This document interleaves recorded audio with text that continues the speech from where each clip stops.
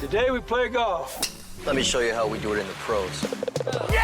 Welcome to Behind the Golf Brand Podcast. I never miss with the 7-iron. A conversation with some of the most interesting innovators and entrepreneurs behind the biggest names in golf. My friends with the golf clubs. I lived on the golf course. I lived on the driving range. From pro talk You should learn something from each and every single round you play in. to fun from on and off the green. Why would you play golf if you don't play it for money? Just let me put the ball in the hole. This is Behind the Golf Brand Podcast with Paul Liberatore. What's up, guys? Welcome to the Behind the Golf Brand Podcast. This week, I have probably one of the biggest stars I've had on the show. I would say that. This week, I have Jim McLean, one of the most prolific golf instructors around. He's been a top 3 golf instructor for the last 30 years. Like, everybody knows Jim McLean. He has his X Factor books. He has a series. He has his schools. He teaches the pros. And I'm really super excited to have him on the show and just kind of talk about his life and his career and what he's up to right now. So welcome to the show. Thanks, Paul. Nice to be with you. So where are you located right now? Well, I'm out at my golf school in Utah. I'm in Park City right now. My golf school is right down from Park City. It's in Heber City. It's called Red Ledges. Jack Nicklaus did the golf course. It's the #1 ranked course in Utah. Nice. Cliff Drysdale does the tennis, and I do the golf instruction. So I've got a great team of teachers here, and I really look forward to coming out here every summer. And feeling the cool breeze and see the pretty trees and the pretty mountains. No doubt about it. It's pretty hot back in Miami. How many schools do you have right now total? I have 6 schools. I have 3 in the United States. I have 1 in Madrid, Spain, 1 in Mayakoba, Mexico, and 1 in Seoul, South Korea. Wow. I have 2. That's Yeah. cool. I didn't know that. But the main school's in Miami, right? Yeah, our international location is at the Biltmore Hotel, and then we have another one on South Beach at Miami Beach Golf Club. So we got 2. They're about 45 minutes apart. 2 really cool places in Miami. That's crazy. I mean, are you traveling to all your schools throughout the year? Like even like in the one in Korea, I know you're saying going to Europe this fall, but Yeah, do? my director of instruction and one of the teachers are meeting me in Seattle next month. So I'll be meeting with them there. And then I'm going to South Korea to my school there in 2024, May 2024. So I'm really looking forward to that. Golf is just huge. It's huge all over the world, I think, right now, but it's really big in Korea. It's super big. I don't think people realize how big it is in Korea. It's like bigger than it is here, I feel like, popularity wise. I know we have the most majority of golfers and whatever, but I feel like what I've noticed too in the last couple years, and I've been saying this, is that the Korean companies are now coming here and breaking into our markets. But people don't know these names of these companies, and these companies are like powerhouses, like it's like, oh, you haven't heard of them? And they're like, they find out they're like the #1 golf simulator company, I learned a lot in the last couple of weeks of how many Korean companies own American companies now or have bought American companies. I was like, wait, that just happened? I didn't even know that. It's crazy. I mean, it's cool, but I just didn't realize. Well, they have such a huge presence on the LPGA tour, and quite a few great players on the PGA Tour and other tours. That part of the world is definitely a major player in the world of professional golf, no doubt about it. And they just love the game. So I'm really looking forward to going over there. I was supposed to go during the COVID times, and they were really pretty tough over there. So it's been 3 years of really not being able to travel to South Korea, but I'm going to be able to go over next year, and I can't wait to go. That's really cool. I kind of want to talk about your life, right? So how'd you first get into golf? Did you play with your dad, or like how'd you get into golf when you were a kid? Yeah, my dad was a good player. He was an engineer for Boeing in Seattle, Washington. That's cool. Yeah, he grew up caddying in Minnesota and then migrated out when he was 17 to Seattle and started at Boeing. He was in the Navy in World War II. And then, he loved golf. He played a ton of golf. And I would caddy when I was a little kid, 11, 12 years old. And, we lived very close to Rainier Golf Club in Seattle, not a very fancy place, little golf course. but a nice course. And I started playing there. I played all sports as a kid, but kind of in my teens gravitated to golf. I was having, some early success. So yeah, that's where I ended up playing and learning the game. So then you learned from your dad and started caddying with your dad. And then at what point did you realize that like you're actually pretty good? Is that Well, yeah, I started winning some tournaments. My dad sent me to a really great teacher and player at Tacoma Country Club, Al Mengert, who had worked under Claude Harmon at Wingfoot in New York and under Tommy Armour in Boca Raton. He was a runner-up in the U.S. Amateur. He played the tour off and on for 20 years. So he was a really fine player. He helped me more. And then, I got on an airplane when I was 16, flew out to the Western Junior in Chicago. I lost in the semifinals there. So then I said, I can compete against kids, in other parts of the United States. And then I had a pretty good junior career, and I got a 4-year scholarship. I had quite a few scholarships, but I took the scholarship to the University of Houston, which at the time was the powerhouse place to go. And I had a great time at Houston. Believe it or not, we had 40 guys on the golf team. We lived in the athletic dorm at Houston with the basketball team. And it was quite something because 40 guys and only 5 guys played. So there was tremendous competition. Oh, I bet.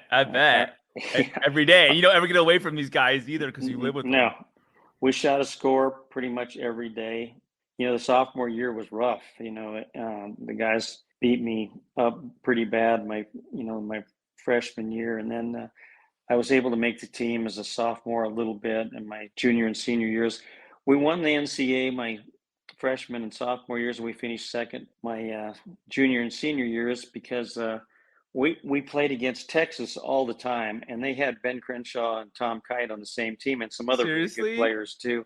So we had some great battles with them, but we were very, very disappointed to lose that, especially my senior year. Very disappointed. Especially against UT, right? Of all, like, UT, all the we schools. We didn't like it, man. It was really awful. Like, it was a terrible experience. It's anybody but them. You're like, any other team, it doesn't even matter. Well, it would have mattered, but yeah, especially losing to them. But Ben and Tom Kite were such great players. Ben was such a phenomenal young player, and he was just supposed to be the next Jack Nicklaus. He wasn't. Nobody was the next Jack Nicklaus until Tiger, but Ben had a great career. He's a Hall of Famer, and Tom Kite's a Hall of Famer. And I ended up working with both of them later in my life, but mostly with Tom Kite. Mm-hmm. But my college years were great. I lived with 2 guys that won major championships that I lived with. Bill Rogers is still a great friend of mine, and John Mahaffey is a great friend of mine. He won the PGA, and Rogers won the British Open.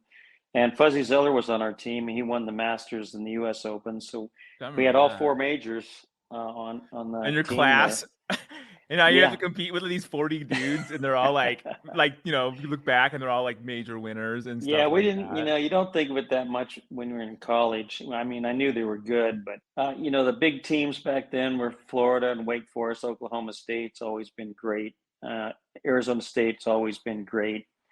University of Arizona, USC, UCLA. But now there's so many great teams. There's so much more competition.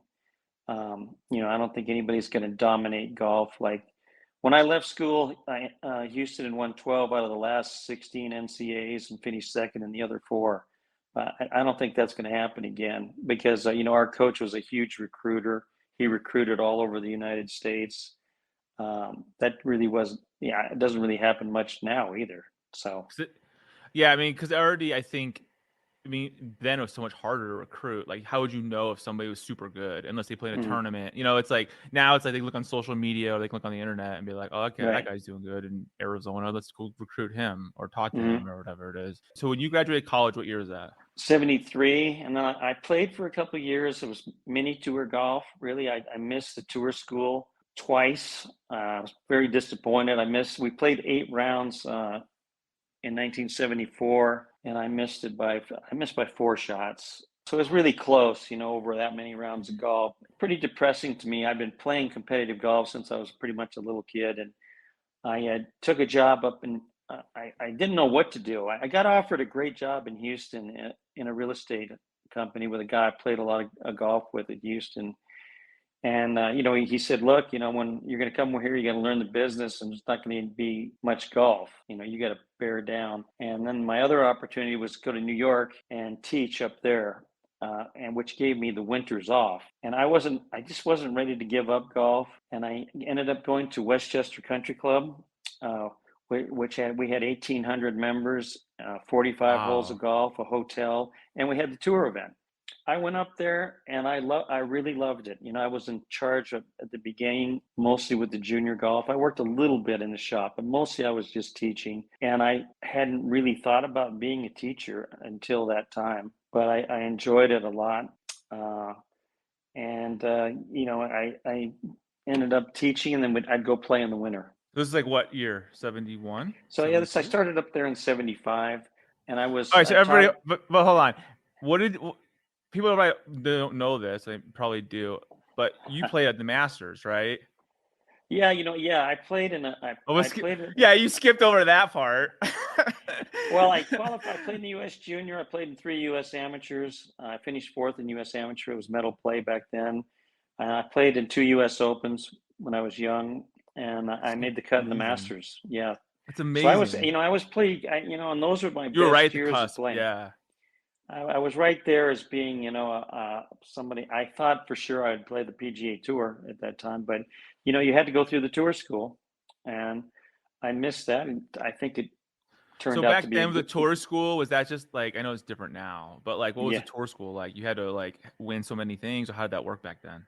Yeah, well, they really don't even have a tour school now. That ended about, I don't know, 5 or 6 or 7 years ago, and you just go through the Corn Ferry, and then the top. For a while it was the top 15, 20. I think it's the top 30 maybe now get a PGA Tour card. They play all year, and then the top 25 or 30 players go on to the PGA Tour, which is a good way to do it, not just 1 week or, it was 2 weeks. But we would start with a regional qualifier, and you had to get through that. And then sometimes I think I had to go through a regional and a local, a regional, and then you went to the finals. So that finals was, like literally the best, right? That were not. Yeah, you had to, we didn't have too many spots. I know when I missed, we had 18 spots. It was, you had to play really well those 8 rounds for sure to make it. And I just didn't make it. I went up to New York and started teaching, and I really started to delve into teaching and the mechanics of the golf swing, and teaching beginners and intermediates, juniors, and advanced players. And the good news for me is when the tour event came to Westchester Country Club, I knew all the guys. I mean, they were good friends of mine. I played with them all. You played them a million times, yeah. Played with them a million times. So they would ask me to maybe watch them a little bit, and they trusted you too, because they already kind of knew, like, you had a relationship already with these guys. Yeah. So I had one of the things I've had great in my life is opportunity, and maybe we'll get into some of the people I've worked with, but I had the opportunity at Westchester where we had a tour event for the 5 years I was there. So I was able to videotape, and actually it wasn't video, but I could use a camera back then because it wasn't videotape until. What's really cool though, too, people understand is you're a very advanced instructor. Like, you're one of the very first to use video and to really start doing that. Because before Jim, even no one was doing that or even trusted it. And I know even later on, like you even use you're using launch monitors before you even knew what a launch monitor was, right? Like the data shows, and I think that's a huge differentiator with, I'm just telling people, the audience, like with you. Yeah. Well, like with TrackMan. Now it's the norm. Yeah, at Doral, I own the club fitting as well and the golf school. So we started using TrackMan. Actually, was for fitting golf clubs. It wasn't really the real thing. With that launch monitor, was not for teaching. But then we started realizing, hey, there's a lot of good things you can use for teaching. And then now it's mostly for, obviously for the last 10, 12 years, it's been for teaching mostly. Although obviously they use it for club fitting too. But a big part of teaching it's like the gold standard, for feel like launch monitors. Well, and also Foresight. I'm using Foresight right now. GC Quad. Yeah, there's a lot of a lot of tour players using that. It has some advantages for going on the golf course. So we do a lot of teaching on the golf course, and you bring out the monitor and it gives you the yardage right at the ground. You yardage have to worry about it. You don't worry about crap happening out in the driving range or weird. So there's some advantage. Obviously, they're both great. I mean, there are other launch monitors also that are good. There's pros and cons both. Absolutely. Sorry to interrupt you with that story because that's why people he was geeking out on this stuff when like no one was geeking out, and he was figuring it out, which is cool because now like everybody does that, and that's just like it's all about the data, it's all about the technology and what you can see and like what's happening. But so you started teaching in the mid 70s, and what happened then? Like when it comes to figuring out the body and mechanics? Yeah, well, I was very fortunate up in Seattle. I got to know a guy named Carl Welty, and then Carl later had the golf school at La Costa, and nice. I would go to see Carl, and he was absolutely fanatical about how to videotape. We had the first video units. Sony had them in the late 70s, a Betamax, and then you could start buying them for not so expensive. I bought mine at Crazy Eddie's down in New York City. Crazy. And Carl showed me so much, and he'd been taught on video and some other things in research by a guy named Bill Glasson in San Diego, who had graduated #1 out of MIT. He worked for Howard Hughes Missile, and he was a golf fanatic. I love golf, and Carl taught him. And then later he went to Golfcraft after he retired from Hughes and helped them build a Iron Byron machine, kind of the first one. Really? And then Golfcraft was purchased by Titleist. But anyway, Glasson showed Carl some great ways to research. And one of them was putting the camera in exactly the same place every time. Now, when we first started videotaping at La Costa, the Tournament of Champions, you could videotape right during the tournament. I mean, it was no big deal. Nobody cared. Later, like, in tour events, they were very particular, unhappy if you could do it in the practice rounds, but you certainly couldn't do it in the tournament. We even got really in trouble and corral because they sent me a letter from the PGA Tour. They were going to sue me and do something because I had copyright or something. Yeah, they thought there was a tremendous value in having a picture that we'd use to teach people. But I had over 20 teachers, and we had every one of them out on the golf course for the practice rounds. And it was particularly bad probably with Tiger Woods because we filmed every shot he hit with about 15, with 15 guys. We would always get a good spot because at a tour event, people walk in front of you, and there's always something that happens, or they don't hit a good shot. So we'd have to throw out a lot of videos. They weren't framed correctly or whatever. You're like the paparazzi back then, huh? We were bad. Yeah, that tournament, man. We were fanatical about trying to. But then from that, every year we did studies. So I would give each of my teachers one thing to look at.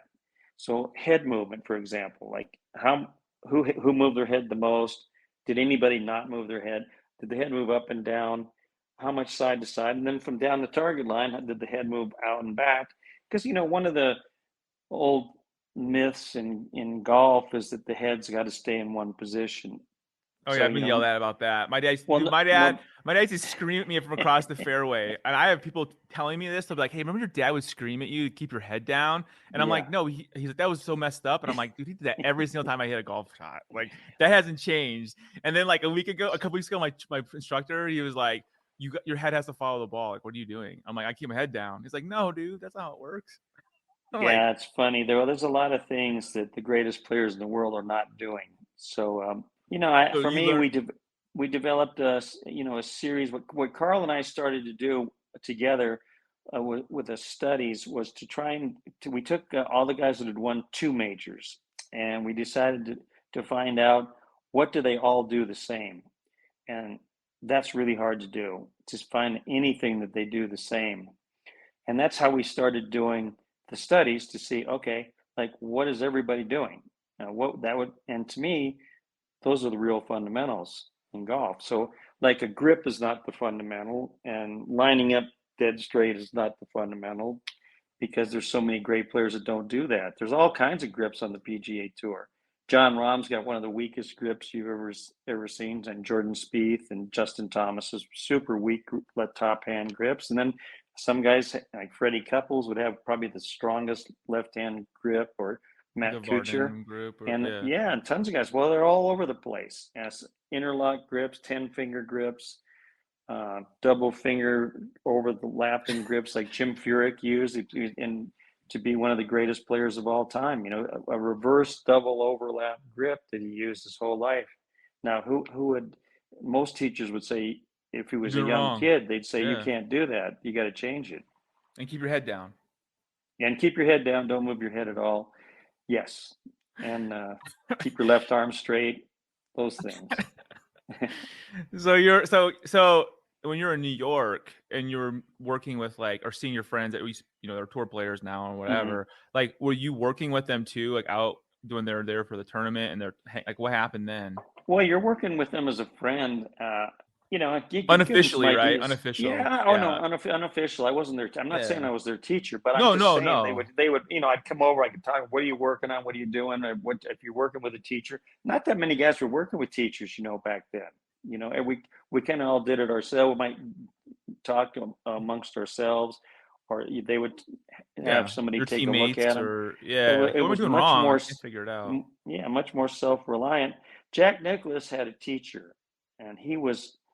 Jack Grout was his teacher. That he would start the year for 10 days with Mr. Grout, and he was very organized. You can tell with Jack, he was very organized with everything he did, and so he was way ahead of his time.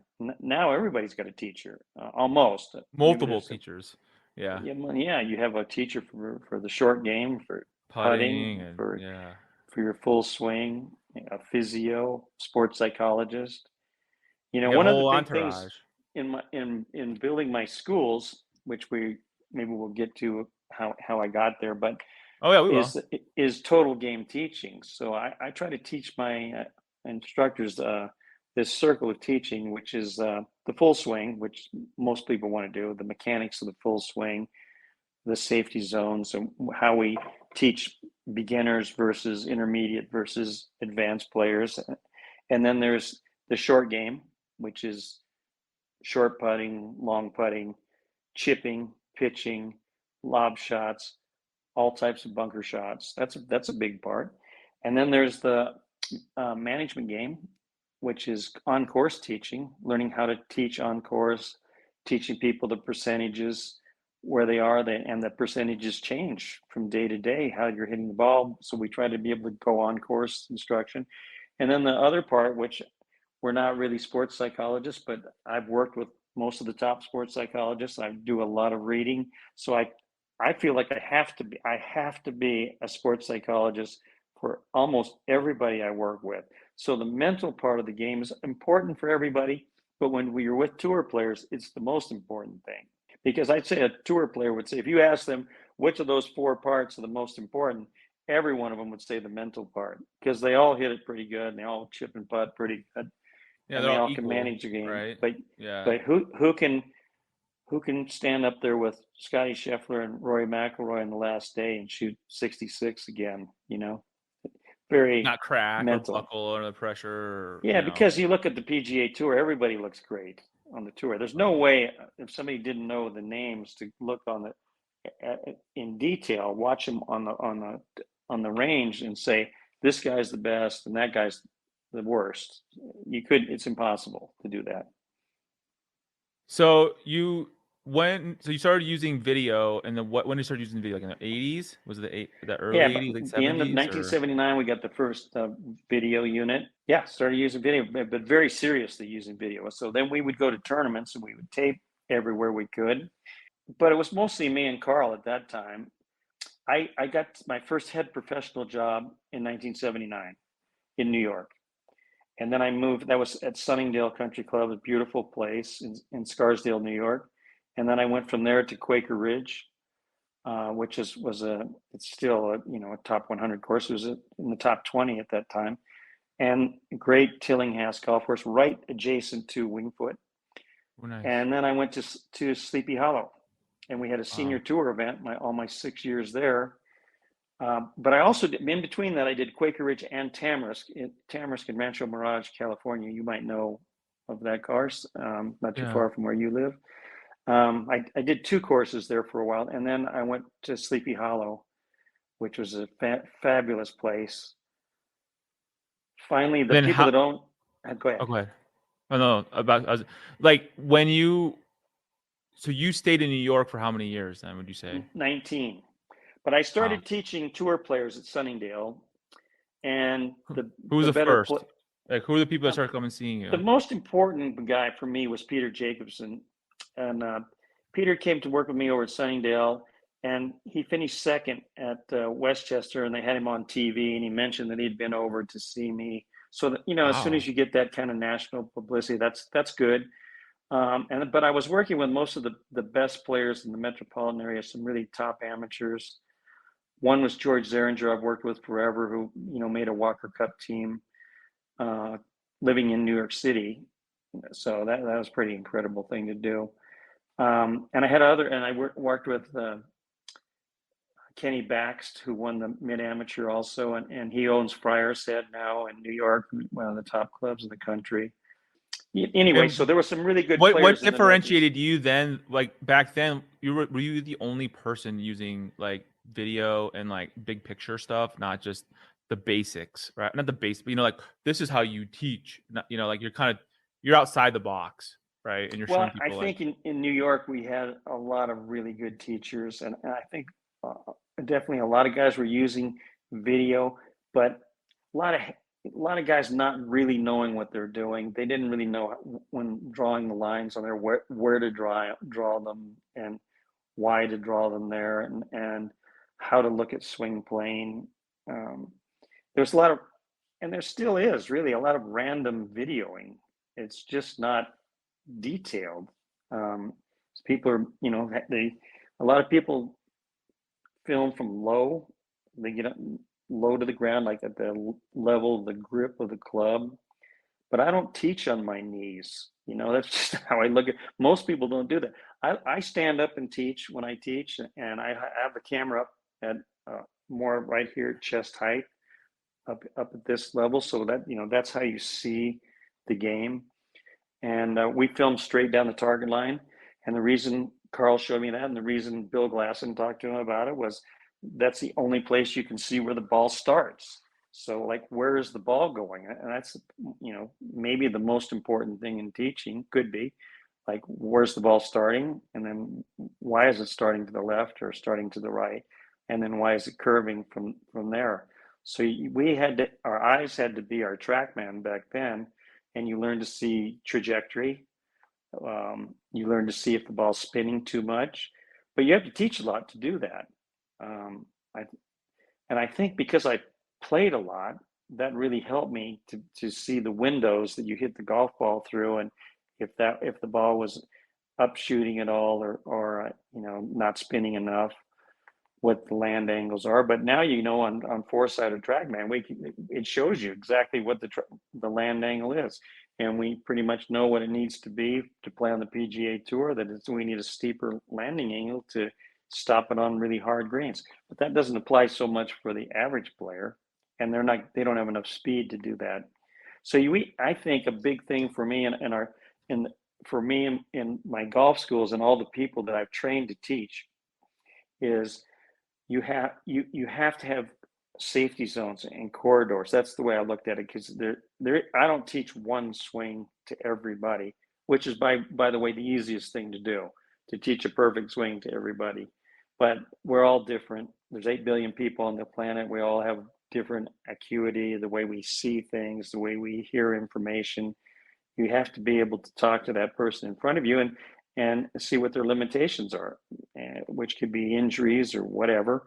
But with the average golfer, I am teaching the average golfer to draw the ball, to hit the ball out to the right and draw the ball to the target is the most powerful way to hit the ball for the average person. But when I taught on the PGA Tour, mostly I taught the other way, a fade. So when I worked, say, a lot with Gary Woodland, in mid 2015, 2016. He'd been hooking it. He went back to that fade. So that was a lot of fun. I did it with Russell Henley recently in 2020, and I did it with Keegan Bradley. So Keegan hit a gigantic hook when I first worked with him, and that's something we took out. Lexi Thompson, when I worked with her, I taught her a draw. We just stayed with a draw. So you have, that's a very comfortable shot for her to hit, and she's very accurate doing it. And then some people are very good. You might have them move the ball both ways. I think it's good to be able to move the ball both ways, but I think you need a shot that you can depend on. And I a learned bread and that. butter shot, right? Yeah. A shot you can rely on every time. I know I can hit this target. No, I think absolutely. So that's what I see Scotty Scheffler doing, and John Rahm and Morikawa. They're all hitting a fade. Now, the exception to that is Rory McIlroy's hitting a draw, and obviously he is definitely one of the top 3 to 5 players in the world. No, I don't think anybody's going to argue with that. So you can't teach everybody the same thing. But Rory's got one of the flattest left arms in professional golf, and he comes from the inside, and that's the way he's played since he was a little kid. He's not tall, it works perfectly. So obviously, he's one of the most amazing players I've ever seen in my life. You see when he just drives, I mean, you see how far over he's like so far. His swing is so far back, and then he's able to get it straight, and he comes back around and just blows my mind. Well, Rory only maybe gets it to parallel. He doesn't go really. No. I don't I know that because I know those things because we study them every year. But it is easy to get an opinion because you might see something and it happens in a flash. How fast the golf swing happens in 1 second. So there's a lot going on. I think you can be a really great teacher and teach without video, but it's tough. I like to use video to verify and just to make sure what I'm seeing outside. I want to be able to look at it and make sure that I can be confident in what I'm telling the person. When did you move down to Florida and start the school down there? Yeah, in 1991, a person up in New York, the Caskel family, owned Doral. And Jimmy Ballard left, who was a very famous teacher. Yeah. And Ballard left, and Howard Caskel said, "I want you to come down and to run the school." And I said, "Well, Howard, I think I probably have the best job in the metropolitan. I'm pretty sure I did have the best job in New York, which had a lot of good jobs too. But I mean, I had a great place. Sleepy Hollow is hard to explain how beautiful it is, and it's a big move. I had two boys, and he made a great offer. So I ended up doing both jobs. I did Sleepy Hollow and Doral for 2 years. But then I saw that I could do this. I could go to Miami. I could do very well, and it would give me the summers off. And my boys were young. I said, "Hey, because when I was in New York, I worked really hard. I mean, I taught a lot of nights because when I taught the outside people, I generally taught them from about 5 to 9 at night. So it stays light till 9. So far north. So, I'm grinding it out pretty hard. And then on Mondays, Mondays, Tuesdays, I play like 7 tournaments a year up in the New York area. But I love competing still. You love it. Yeah. You're hungry. Yeah, I like that. So that was a tough thing to give up. When I went to Doral, it was all teaching. I played a few tournaments, but really I focused my time on building a golf school. And, once we did that, I saw it was going to work. I hired some really good people to work with me, and it started to grow. And then I expanded to PGA West, where we had 9 golf courses. PGA West was great. So we had that for 17 years. Then 2008 happened. 2009, 2010, Doral went bankrupt. PGA West went bankrupt. They were part of a conglomeration that Morgan Stanley had. That. Oh, yeah, say they all went bankrupt. So in bankruptcy, all bets are off. Yeah. But I didn't know that. That's interesting. I mean, 2012, the Trump family bought Doral. Yeah, so I thought, well, this is going to be. I taught Donald a few times in New York. I mean, he's a New York guy, so I knew a little bit. I knew it could be, anything could happen, but I stayed there through 2018, and then I moved to the Biltmore. Yeah, it got pretty wild down there through in the election and all. There was a tremendous amount going on. So I don't want to get in. No, we don't have to. I think everybody understands with that. So you have a school in Miami. It's your main school, right? Mhm. And how many instructors do you have in Miami? Yeah, well, I was at Doral for 26 years. 25 of those years, we had the PGA Tour event at Doral. That's what I mentioned earlier on. Yeah. Is I was very lucky because we had tour events at places where I was. PGA West for 17 years, we had the tour event. I'm at Mayakoba. We had the PGA Tour event every year that I was there. So access, when you have access to the tour players, to being able to videotape, to being able to do those video studies every year, I felt like that put us, on the cutting edge. It's not that easy. For example, I go to all the majors right now for SiriusXM. My job's on the range. Well, I'm on the range. I don't see any other teachers out there except the guys that are teaching the tour players. So I see the top players, the top teachers in the game are out teaching the best players in the world. But I don't see other teachers out there. It's a great time for me because I can get a lot of information.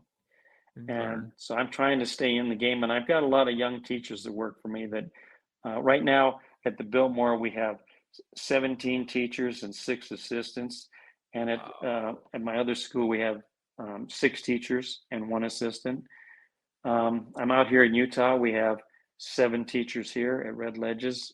Can't wait. I'll be teaching starting next week there. So I've just been lucky to be at places. Yeah. When did you come with X Factor? And how'd you go with that? Well, through all of the 80s, when Carl and I were doing this work together, I was looking.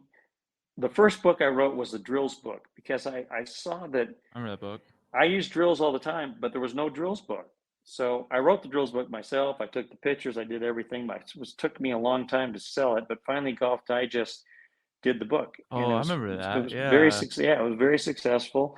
And then all that time, I was also looking at what else isn't being done.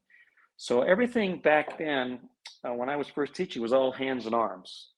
Say the Golf Digest schools back then, Jim Flick mostly, and which is and I teach a lot of that. So I'm not trying to say this in the wrong way. No. There was a lot of teaching on what is the club doing, what's the face of the club, and swinging the hands and arms. A lot of stuff with your feet together. But I'm watching the best players in the world, and I'm thinking, well, there's no book on what is the body doing. Now, Hogan wrote a lot about the body in the his Bible, book. right? Yeah. And he talked in detail about it, but there was a lot I didn't agree with, like 45 degrees of hip turn and 9 degrees of shoulder turn. Well, I've been doing this video stuff forever, and I could easily see that a lot of good players, tour players, were turning more than 90 degrees, a lot more. So that got my interest in, what's happening. And my first thing was looking at the turns and the swing. So I looked at the knees first, and I would look at how much the knees move. They don't really, they're joints, they don't turn. But if you put a line across your knees and a line across your hips, it kind of turns out like it's a doubling effect. Your knees move and turn and rotate, and then your hips turn. So that's almost like a 2-to-1 ratio. And then your shoulders way out turn your lower body. So I was speaking a lot to PGA sections then. I would speak to 3 or 4 every year somewhere around the country. And I started talking about, these relationships, what the body's doing. And I had some shafts I'd put across my shoulders and my hips, and my knees. And then I also said the 4th turn was with the head. So I kind of got this. I did get this from Johnny Miller in a clinic we did together in Mexico. But he said, the head goes with the swing back. It comes for a moment of stop, and then it releases to the target. So the head has its own golf swing. So I said, well, that's 4 turns: the head, the shoulders, the hips, the knees. And I presented that to Golf Magazine, who I was writing for at that time. They never even got back to me on it. And I finally called them. And they said, it's just too complicated, Jim. You can't put that in the magazine. Nobody's going to want to look at it. Just do arms and hands. Come on. Exactly. So I just we can draw those pictures. So I called, I called down to the editor and I said, look, I got a really good idea. He said, yeah, we've looked at it, Jim. I'll tell you what, if you want to drive down to New York, we'll meet all together with the writers here at Golf Magazine. I said, okay. So I drove down there and we met. And I said, okay, I should point it out. I said, look at this guy. This is what's happening in a golf swing with the body. Forget what the club's doing or the arms. This just what the body's doing. I said, yeah, it's pretty cool, but there's no way we can do 4. That's too many. Pick 2. Oh gosh. So I said, all right, well, the most important would be the hips and the shoulders. So we do that, and I write an article, and then we have to decide what to call it. And John Andrusani was one of the writers, and he said, well, if you look down on this, it makes an X. What do you think of that? And I said, yeah, that's a good idea. And he said, well, let's call it the X Factor. I said, so he really named it. But I said, okay. And they did the trademark article. That. They did the article, and it was the all-time #1 best-selling magazine. Yeah.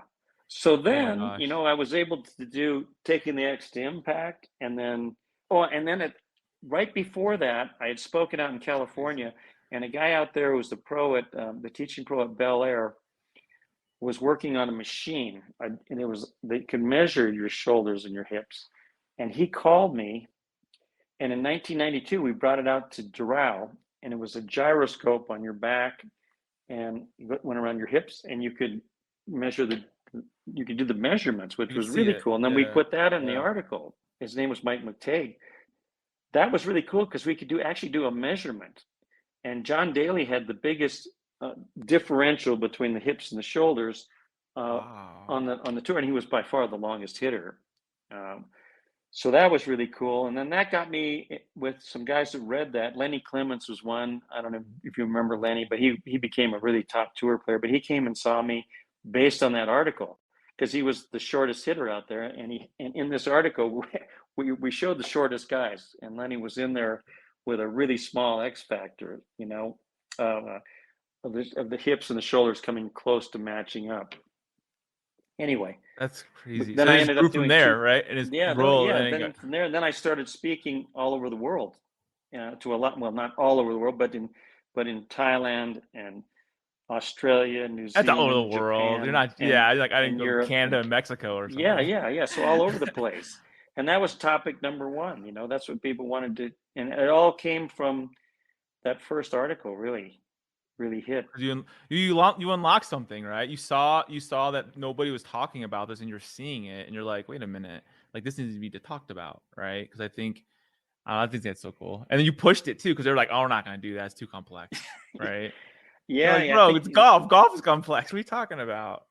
Yeah, that was interesting. I'm really happy that happened, and I actually I spoke last year at the World Golf Science Congress, which they go to different places around the world, and that was what they wanted me to speak about, and I went through it, and I told them, I'm going to be writing more. A second book, the X Factor 2, which I'm writing right now. But one of the things that we talked about ground reaction force, where they use the kinematic sequence, which in golf that would be starting with your pelvis, your hips, then the shoulders, then the arms, then the hands or the club in 4 parts. So in that talk, I've written about it before, but I said it should be five parts to kinematic sequence. It should be the feet and knees, then the hips, then the shoulders, because in the X Factor, as we start down, I talked about you lower into the ground so that you can move up out of the ground. You can rise up. Now, I didn't write nearly as much as they're doing now with ground reaction force, but I wrote all this stuff before there was biomechanics. There was no biomechanics in 1990, in the 90s when I wrote it. In 1992, I wrote the first magazine article. So there was no golf biomechanics, but it's much better now. But I did show the pictures in the book of pushing down, and one of the top biomechanics guys, Phil Cheatham, was speaking there, and I talked to him about it, and he liked it, but I haven't seen anything yet. But I'm still going with that starts the downswing, the push into the ground. It's interesting you say that because, like, I know that you, like I was introduced to Jim through Bob over at Squares, right? And Squares golf shoes. Mm-hmm. Bob talks a lot about that too, with like how the square shoe works in terms of, Mm-hmm. the force on the ground. And like, I think it's very fascinating because I don't think people understand that and like why that works that way, and why, I guess why even those shoes even do what they do, because it's all part of the same sequence. And if you know the right, and it all starts from, like you're saying, it starts from the bottom up, right? So it's almost like, that's really, I mean, it's fascinating. I guess for the listeners, who have you worked with in the last like 10 years, like pro wise, that people would know? Because you worked with a lot of people, like famous people and pro players. Yeah, well, you stop and talk to people and help them, and I've kind of used the people that I've mentioned that I've worked with are people that have come to my facility, not people that I walked up and down the range and gave some ideas to. But in those years have been Lexi Thompson. Before that I worked with some other ones, but in the last 10 years was Keegan Bradley, who's and crushing Gary Woodland moved down to Miami when I worked with him. I worked with him for a long time. He came over pretty much every day. That's awesome. He was really he is a hard worker and one of the greatest guys ever. I really love Gary. And then in 2020, I worked with Russell Henley. That year, Russell, I mean, he's always been a great player, but I think we really helped him with his driving. So those have been, and then Bo Hoag's been on the PGA Tour. I've worked with him. My son's working with him right now. But COVID changed things, and I'm definitely getting older, of course. I'm teaching so much that it's very difficult. When I worked with Gary, I went to probably 8 tour events, and then he would come down and see me all the time. Russell, I'd go to, I don't know, 6 or 7 tour events with him. But you're on the road, you're away, you're staying in a hotel. It's not all that glamorous. Another thing that always happens on the tour is the guy will say, "I'll meet you at 7:30 tomorrow morning," and then you get up and you go there and you wait on the range for 4 hours until they get there at noon. And you're like, I don't want to do this anymore. Am I really doing this? I'm just sitting out here. I have loved working with SiriusXM though and doing the range. I really enjoyed. Let's talk about that real quick. Like, what is the range if people don't have Sirius, and maybe why they should consider getting it? You got to be really interested. You got to be interested in golf to listen to golf on the radio. But they come to me periodically, and I'm giving information on who is the player working with, what are they working on. I probably talked to the teachers beforehand, so I know some inside information on what's going on. It's a great time for me to, visit with the different teachers out there. It's also a great time for me. I'm interested on the short game. I go out and watch what are they doing with their putting, what devices are they using, how many guys are using the line, what training aids are they using, what putters, how many guys, right? Yeah, what kind of putters are they using, what kind of clubs are they using, how many guys are using TrackMan, how many guys are using Foresight, how many are guys using Foresight or TrackMan on the range. A lot of guys are during the tournament are not using anything. They don't miss their heads, right? They just want to hit shots. And then a few other guys will get with a teacher and they're really working on stuff right before the tournament, which I think has always been a danger thing for me. Double-edged sword, right? Because you think you're going to solve the problem before you go out there. Yeah, right. You're not going to solve that. I guess if you played terrible in the practice rounds, maybe you feel like there's nothing to lose. But there's no game like golf, Paul. No. You know that. Some weeks you just can't. You just can't do it. Even the best players in the world. Although I'd say Tiger Woods and Jack and a few, the very top guys don't have Xander Schauffele. They're not having many bad weeks. They may not score great, but there are Jim McLean on that list too. No, you can definitely see that the best players in the world are definitely better than the rest. And the guys on the tour are so good now. It is just mind-boggling. I got there early at LA Country Club a few weeks ago, and walked around with a number of players. But I went up 2 days with Cantlay and Schauffele, and and also a couple of the youngest guys out there, amateurs. But It is just unreal how long they're hitting the ball, how great they hit the ball. I think Tiger changed. I think that's what I always feel like. I feel like Tiger changed the game like in so many ways, and that's another way too. Just like now you're an athlete, like you're a trained athlete to play the game, not like you're just good at golf and like, but like you're training every day to like be. And then we're mentioning a superstar. Just before I leave, we're mentioning squares, who I work with, and of course I know Bob very well. But one of the great swings on the tour right now is Sepp Straka, and really, people are starting to see that. And I think he's gonna, right? I think he's going to make the Ryder Cup team. I really think he's going to make it. Awesome. But I love watching him swing. Justin Thomas is struggling, and you look at that guy. He's always struggling. And you think, oh my God. He's always doing good. They're doing crappy. Like it's always. I think that look on his face, all pissed off. Yeah, he's really good too. And my son lived with Ricky Fowler at Oklahoma State, so I'm really happy to see. I'm really happy to see. Ricky I love Ricky. Yeah, Ricky's just Ricky. Does. Like he doesn't just, it's not some show. It's like he's just. You could just. I don't know him personally, but I think that's true. He's an absolute gem. You're not hiding. You're not doing a show for somebody like, oh, I'm this guy. It's like no, everybody likes him because he's normal, right? I mean, but. Well, I really appreciate you being on the show. I could talk to you for 3 hours, but Jim has to go play golf. So thank you so much. Where can people find you, your content, your books, that kind of thing? Well, we're doing more on YouTube. I did YouTube kind of ahead of time, but we're getting back into it now. I'm doing quite a bit of YouTube, and that's on McLean Golf. Also, Instagram's McLean Golf. He has more followers than I do on Instagram. It's crazy. JimMcLean.com for our golf schools. That's the easiest way to find me.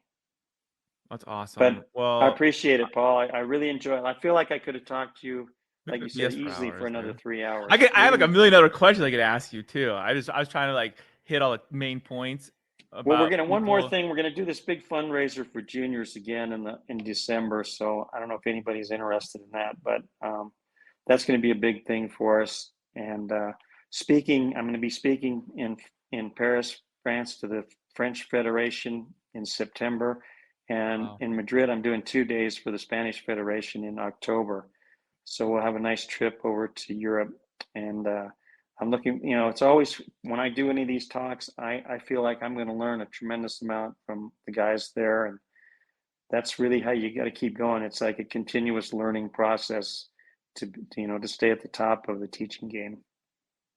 Well, I'm honored to have you on the show. Like I was telling Jim before the show, like my dad had his like video books when I was a kid. Like I remember seeing it. So like it's cool. I was telling my dad earlier, I was telling him like, oh, guess what, I'm on the show today. It's Jim McLean. He's all excited. He's like, oh, really? It's like, so I'm really happy you're here to join us. Thank you. And thank you for being with us. And you guys need to check out Jim McLean. He's like I said, he's top instructor in the world. So thank you, Paul. I hope I see you in Arizona someday. I'd like to come out and tee it up with you. Thanks for listening to another episode of Behind the Golf Brand Podcast. You're going to beat me at golf? Stay connected on and off the show by visiting golfersauthority.com. Don't forget to like, subscribe, and leave a comment. Golf is always more fun when you win. Stay out of the beach and see you on the green.